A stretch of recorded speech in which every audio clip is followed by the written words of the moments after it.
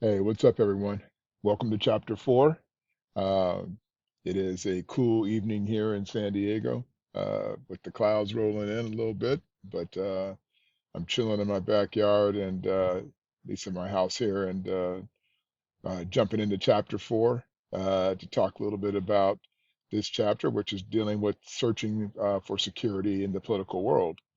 And it's probably one of the more important chapters in terms of framing up for you how the international system is constructed, some historical context regarding how it got to be the way it is now, and uh, we'll learn some important terms over this next uh, 30 minutes or so of the lecture.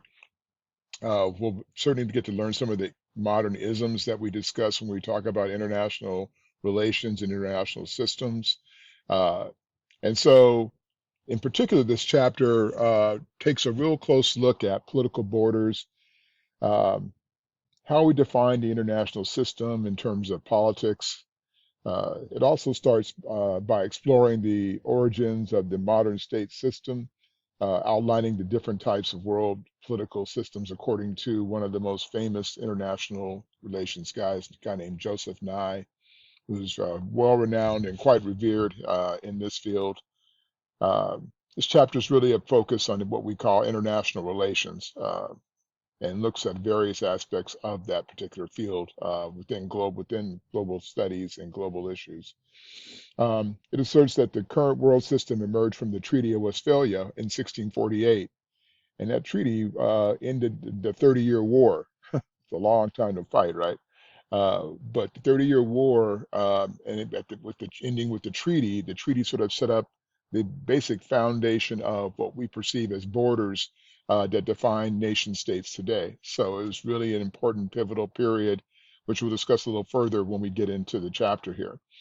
Uh, but the result of that treaty divided Europe into states characterized by sovereignty and nationalism. And we'll learn a little bit more about both of those terms throughout this particular chapter. Uh, chapter also discusses the fragile balance between power struck by various shifting alliances, uh, and also how this balance of power, when it's eroded, leads to war and conflict. And we'll talk about that too in terms of the implications. It also examines the bipolar nature of the international system, particularly during the Cold War period, and the policies that were derived, particularly between the United States and Soviet Union, to counterbalance each other during the Cold War period. Then we'll also survey the state of the international system after the Cold War and look at what the United States developed into around 1989, 1990 when the Soviet Union collapsed, and look at the impact of the new redistribution of power on the global system. And some of the states who benefited and regions who benefited and others that didn't. And then we'll finish up basically looking at the international system in terms of what I call the isms. And as I mentioned earlier, there are three primary ones that we'll look at, even though there are multiple other ones we could add to the mix. But the three primary start off with realism, and then we get to liberalism, and we'll end with constructivism. And you'll hear them frequently called the isms. uh, so that's where we're going to head. It's just a little bit dense chapter in terms of the context and requires a little bit more critical thinking and some sort of deep reflection. So I look forward to jumping in here with you. I look forward to seeing your discussions down the road, and let's get to it. So we'll be jumping into the PowerPoints in just a sec. Okay, so as we get into the PowerPoints for chapter 2, the idea of understanding the context of searching for security in the political world is the theme of the chapter for chapter 4. And in that, the basic premise that we have to sort of assess is the idea of how do we, what is security and why do we need security? Um, and you would interesting to note that in the world we live in today, I would ask you to question yourself, how secure do you feel? And If you feel fairly secure, the question would then be, so why do you feel secure? And if you don't feel secure, the question would be, why do you not feel secure, right?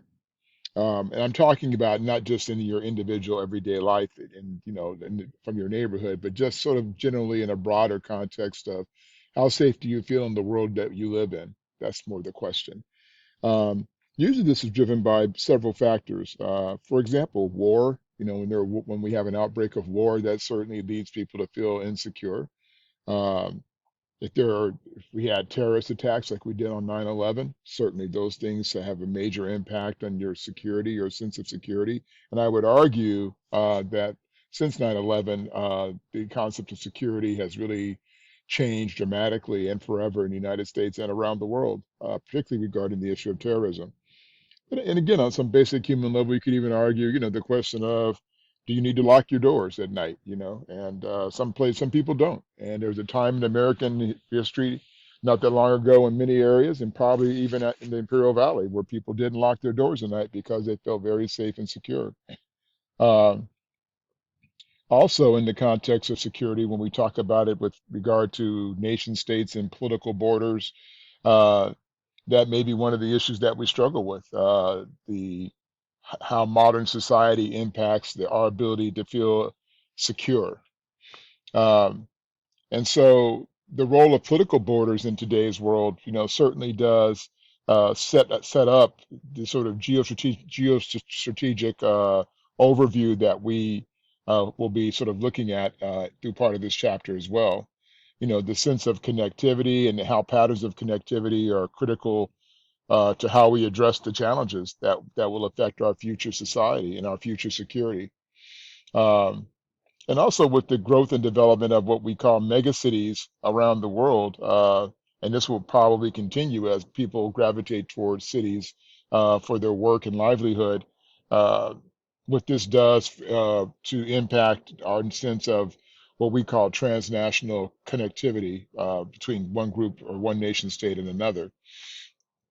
Also, we'll be talking about in this chapter and discussing NATO, the impact of NATO, which stands for the North Atlantic Treaty Organization, which derived after World War II and led us into the Cold War of Western allies that got together to sort of uh, set up a security or protection for the West against the Soviet Union and China. NATO still remains the foundation for a strong collective defense and the essential transatlantic forum for security consultations and decisions with our allies. The alliance of NATO has also, has this philosophy of a 360-degree approach to security, and basically has three core tasks set out in the strategic concept, and that is collective defense, crises management, and cooperative security. So NATO is a defensive treaty of our allies, mostly European allies, but also others. And NATO's greatest responsibility is to protect and defend our territory and our populations against attack. Now, continuing our introduction, the next aspect that we look at has a lot to do with the, let me move forward here, excuse me, the study of politics. And with that, I would tell you that the study of politics and the earliest philosophers go back even beyond these individuals, but these are basically the two individuals who are considered the founding fathers, if you would, of, of politics and understanding or helping the world to build a foundation and base for understanding where we are with regard to politics and the meaning of politics. And those individuals are Plato and his student Aristotle. Uh, Plato wrote a very famous book called The Republic, and it basically laid out what a republic and a representative government should and how it should operate. And then Aristotle, his pupil, was the first person to sort of classify various political systems. So when he talked about the six types of rule that existed during his time, he had three positive forms and three negative forms of governing. And so, for example, when he talked about The positive forms, he talked about monarchy being a positive form, and monarchy stood for rule by one in the interest of all people. And the antithesis of that, or opposite of that, the bad side of that, the bad form of rule, was called tyranny. And that's when you basically had a tyrant. And the definition of tyranny or is rule by one in the interest of the ruler or in the interest of himself. And then the next positive form was called aristocracy. And aristocracy simply meant rule by many, or excuse me, rule by a few in the interest of all people. And the negative form of aristocracy was called oligarchy. Oligarchy, Oligarchy. And oligarchy stands for rule by a few in the interest of the ruler. The next positive form of the six types of rule was called polity, Polity. And the polity basically stood for rule by many in the interest of all people. And the negative form of this was called democracy, ironically, right? Democracy, the definition during Aristotle's time was rule by many in the interest of the ruler. And so the positive forms all have one primary theme, and that theme was that they serve the interest of all people. Uh, and the negative forms all serve the ruler. And he said that one of the criticisms of democracy was that it tended to not only serve itself, but it tended to oppress other groups of people. Now, of course, from building from that time on, we see how Aristotle's and Plato's ideologies developed and were, enhanced and modernized over the next couple of thousand years. But there's much truth to the context of what they wrote, even 2,000 plus years ago. Also, just a note here that some of the earliest forms of governance during this time, during the time of Plato and Aristotle, were kingdoms and city-states. Those were the sort of governmental structures during that time, and they were the ones who determined their own leaders during this period. Uh, and then we talk about the context of proponents of power politics. And this starts with when we get to the Athenian general and historian Thucydides.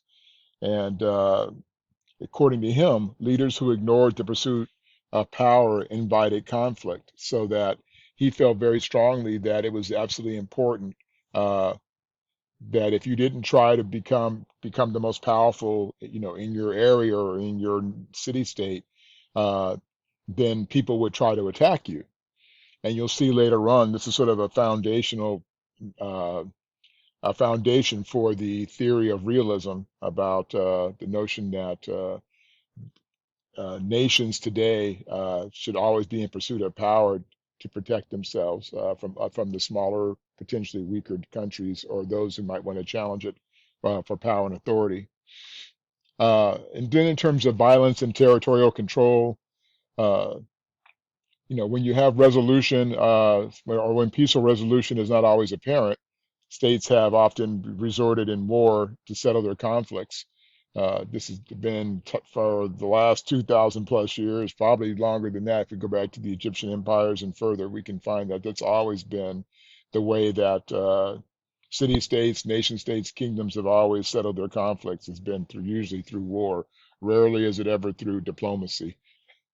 Um, and then when you look at the rationale for why they have clashes, there's all kinds of reasons why these clashes occur, which you don't have to go into in detail right now, but I'm sure you've had a chance to read about it or will be reading about it in the chapter. And then the idea of political borders, and political borders are basically artificial in nature. But they also contribute to many of the conflicts that exist today. And political borders are borders that can be based on ethnicity, religious, they can be based on tribal groups, or they can be based on, like after a civil war, those that are sort of thrown together politically within a certain defined space. So, like when in Israel, for example, when in 1948, the War of Independence, prior to that time, when it was just the land of Palestine, And then they had the indigenous population of Jews and Palestinians that lived in the region, and then they dropped the European Jews back into an area they had not lived for several hundred years. Then you have conflict, and this is what we'll talk more about it a little in detail later. But this is the type of example when we talk about these types of issues. Also, states exist within a broader political environment that affects their behaviors and activities. So, based on their geostrategic position and their goals and directives and policies that will drive their political environment and how they behave and the activities they pursue. Okay.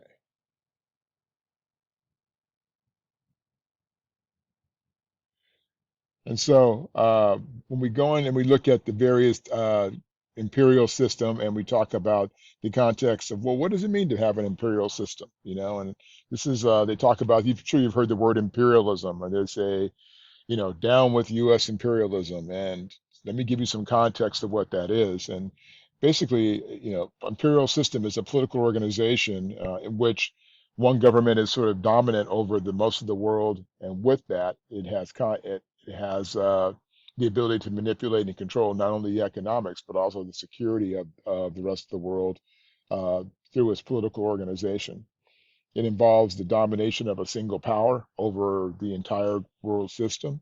And some of the examples we could look at historically would have been like, for example, the Roman Empire, or even ancient Greece, Spain in the 16th century, or France in the 17th century, or in Britain, or the British Empire in the 18th, 19th centuries.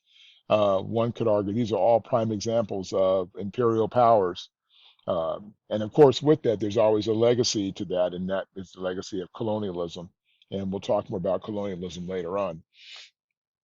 And then again, some of the, or continue with the origins, the system of what we call feudalism or feudal systems. And feudal systems are basically political organizations by which or in which loyalty and political obligations take precedence over political boundaries. Political loyalties were based on allegiance not to the land, but to the landowner or the land or the local lord who had responsibility over the territories. Uh, One of the primary examples of this took place after the collapse of the Roman Empire, when the feudal system actually took off and people had to figure out how to survive, and those who owned the land were able to control the populace during that time. And then we talk about the anarchic systems. And anarchy basically is when you really don't have a government, you don't have any real infrastructure. And so it's basically an organization of political units that are somewhat cohesive, but have no higher government above them. So they operate within their political units. Uh, the international political order that exists today operates very similar under that same notion, which is pretty scary to think about, because we certainly would argue, you could argue that having order is the first order of business, if you would, in terms of construction of a stable world system.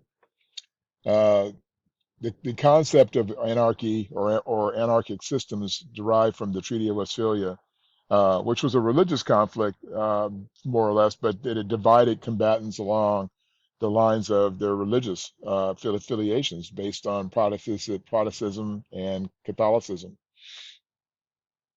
And then lastly, again, as we build this understanding of the sort of the mindset and the philosophy, the writings of Niccolo Machiavelli are prevalent with regard to the underpinnings of realism, and also echoing from Thucydides' comments about pursuit of power. Uh, Machiavelli was an official in Florence serving under the rule of a guy named Soderini, Piero Soderini, and his message was clear and reflected the conventional wisdom of the time that the ends justified the means, and that all actions were acceptable in pursuing the desired goal of the nation state or the kingdom. Um, his advice in his famous writings, Machiavelli the Prince, uh, he said that it's better for a leader to be feared than loved. And the notion was that if you were loved, that made you sort of weak because people didn't really respect you. You were kind of like the nice guy, right? And if you were feared, then people would respond better to your fear because they were afraid of what you might do to them, right? Or might continue to do to them. So this is what some of the aspects that we find to be very important with regard to the sort of philosophical base for the origins of the modern system. So this gives you some historical relevance to the time and place. Okay, this map this photo just shows you the Roman Empire during the Imperial System, and then before and after the Punic Wars. And then we get into a discussion on some basic concepts of the ideas of what I mentioned to you earlier, like realism. And what is realism? And so, just to be short and succinct, realism is a political philosophy that sees the struggle for power and the potential for conflict as a necessary evil in the pursuit of national interest. So in other words, you're always going to be have this struggle for power between one nation state and another, and because of that, you're going to have conflicts are always going to be a reality and a necessary evil, if you would. And so, as you pursue your own national interest, uh, that's always going to come in conflict with some other countries in the world. So this is sort of that Machiavellian argument. Which is that most critical element in the understanding of the character of international relations. Power. Power is the most critical element, and how power is used, how it is abused, how it is manipulated. And remember, I don't know if I mentioned in this class, but power is the ability, the political definition is the ability to influence. If I can influence your behavior, I can then dictate to you exactly what I want you to do. And there are multiple different types of power. One is force, the physical use of power. One is persuasion, where I try to be rational and reason with you to try and get you to do what I want you to do. The other is manipulation, where I conceal my real intent in order to get you to do what I want you to do. And then the last form is exchange. And exchange is more or less like a barter, where we trade one thing for another in order to avoid conflict. Uh, but under the notion of realism, the state is the most important actor in the global system or in the international system, and its pursuit of power drives its choices in relation to the other states. So it allies itself with those that are serving its interest more than anything else. Now, the term sovereignty basically is really the question of self-determination. Do countries have a right to to decide their own fate, their own direction, their own path with regard to their own affairs without being subjected to the interference of other countries or other entities? This is always a real struggle, even for us when we talk about it in international relations, because people, we have our own value system and how we see things in the United States. However, just because we see it one way doesn't mean that the rest of the world sees it the same way. And while we may try to look through our lens, sometimes our lens is not the lens that the rest of the world looks through. So, um, being able to sort of understand why some states don't want to be able to want us to interfere with their behaviors are, even in terms of nuclear weapons, for example. For example, does Iran have a right to have nuclear weapons? Does North Korea have a right to have nuclear weapons? Whether we like them or not, whether they're friends or enemies, do we have a right to tell them what they can or cannot have? That's a very complicated question. Depends on where you're standing, right? Where you're living, or how defenseless or how secure you feel. If, for example, if the Iranians don't feel secure dealing with the United States and the Iranian people are afraid of the United States, then maybe it makes perfect sense for them in their mind to have nuclear weapons to counter or protect themselves from us, right? Uh, okay.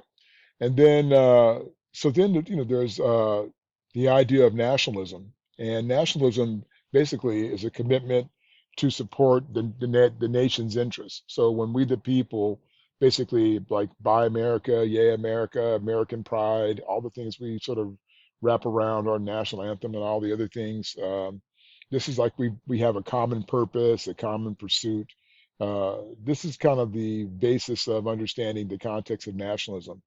It can be a positive, but it frequently can also have a negative impact as well, especially hyper nationalism, which can lead people down, like God bless America, but the hell with everyone else. Uh, so, it can bring diverse people together at times, uh, particularly surrounding a common purpose. It's like Americans are Americans when they go to war, but when they come home, they'll always go back to whatever they were before they got there. So then if you're either African American, Native American, Mexican American or whatever, right? But when we go to war, we look through the lens of it as an American. Uh, and so these are some of the basics and premise of how we look at this notion of the political system. Now, in terms of understanding how the balance of power and how it affects the outbreak of war, and also how it sort of historically the various failures that have happened as a result of it is what we'll be studying in this next few slides.